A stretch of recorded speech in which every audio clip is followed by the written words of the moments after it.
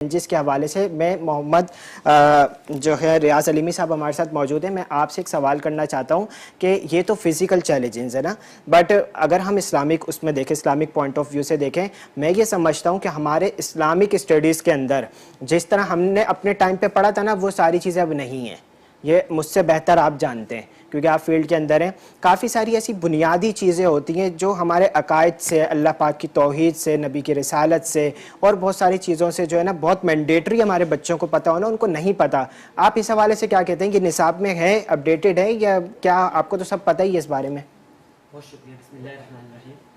دیکھیں, نصاب کے حوالے سے آپ نے جو بات کی ہے, اگر عہد رسالہ حضور نبی اکرم صلی اللہ تعالیٰ علیہ وسلم کے زمانے کی طرف جاتے ہیں اور وہاں بھی ایک تعلیم و تعلم کا سلسلہ ہوتا ہے, کیونکہ پیارے آقا صلی اللہ تعالیٰ علیہ وسلم کو معلم بنا کر بھیجا گیا تھا.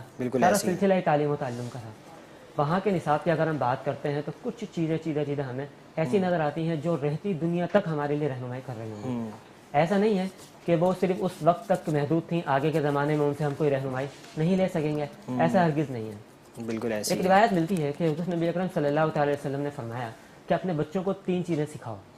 اس میں سب سے پہلے آپ نے فرمایا کہ حب نبیکم, اپنے نبی کی محبت سکھاؤ. بالکل ایسی ہے. دوسری چیز آپ نے فرمایا کہ حب نبیکم حب اہل بیتی, کہ اہل بیت کی محبت سکھاؤ.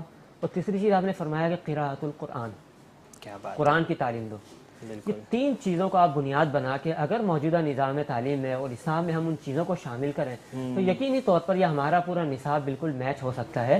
اور جو ہر چیز ہم چاہتے ہیں کہ بچوں کے اندر اخلاقیات آئیں اور ان کے اندر شعور آئے, اچھی چیزیں وہ سیکھیں, تو وہ اس کے مطابق وہ اس میں آسانی سے مرج ہو سکتی ہیں. بہت پیاری بات انہوں نے جو پہلا پوائنٹ کہا ہے نا, وہ بڑا ضروری ہے. نبی فرما رہے ہیں کہ پہلی چیز کیا سکھاؤ اپنی اولاد کو, نبی سے محبت سکھاؤ. اللہ پاک قرآن کریم میں فرماتے ہیں نا, قل ان کنتم تحبون اللہ فاتبعونی, تم میں سے اللہ سے رشتہ مضبوط کب ہوگا, جب نبی سے محبت کا ہوگا.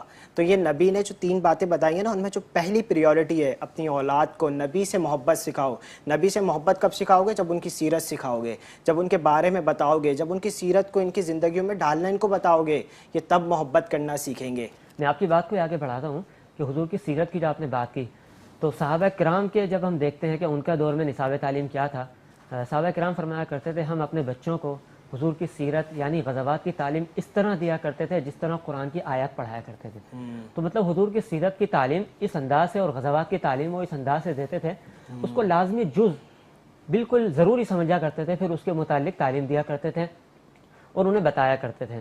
اور ہم نصاب تعلیم کے ساتھ ساتھ اگر ہم نصابی سرگرمیوں کی طرف آتے ہیں تو اس کے بھی کچھ اشارے ہمیں سیرت میں ملتے ہیں کہ حضور نبی اکرم صلی اللہ تعالی علیہ وسلم باقاعدہ فرمایا کرتے تھے کہ جب کچھ لکھنے بیٹھو تو اس کو اچھے انداز سے لکھو. الفاظ ہمیں باقاعدہ ملتے ہیں کہ خوبصورت رائٹنگ کا جو ہوتا ہے وہ حق کو زیادہ واضح کر دیتا ہے.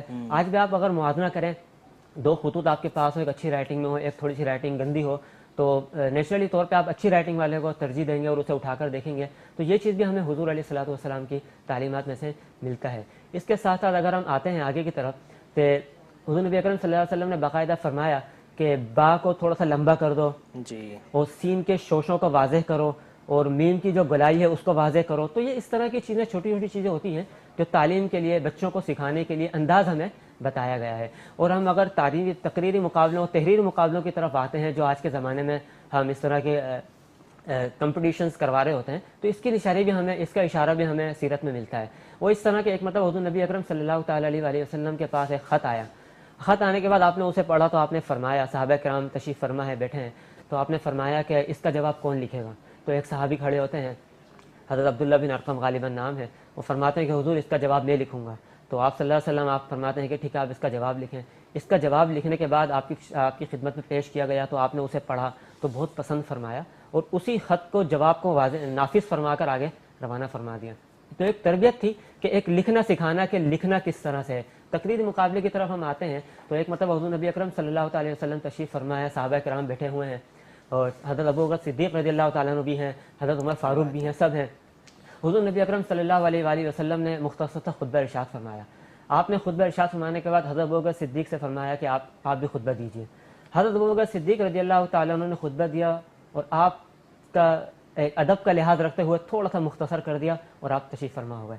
آپ کے بعد حضور نبی اکرم صلی اللہ علیہ وسلم نے حضرت عمر فاروق رضی اللہ عنہ سے فرمایا کہ آپ بھی خطبہ دیجیے.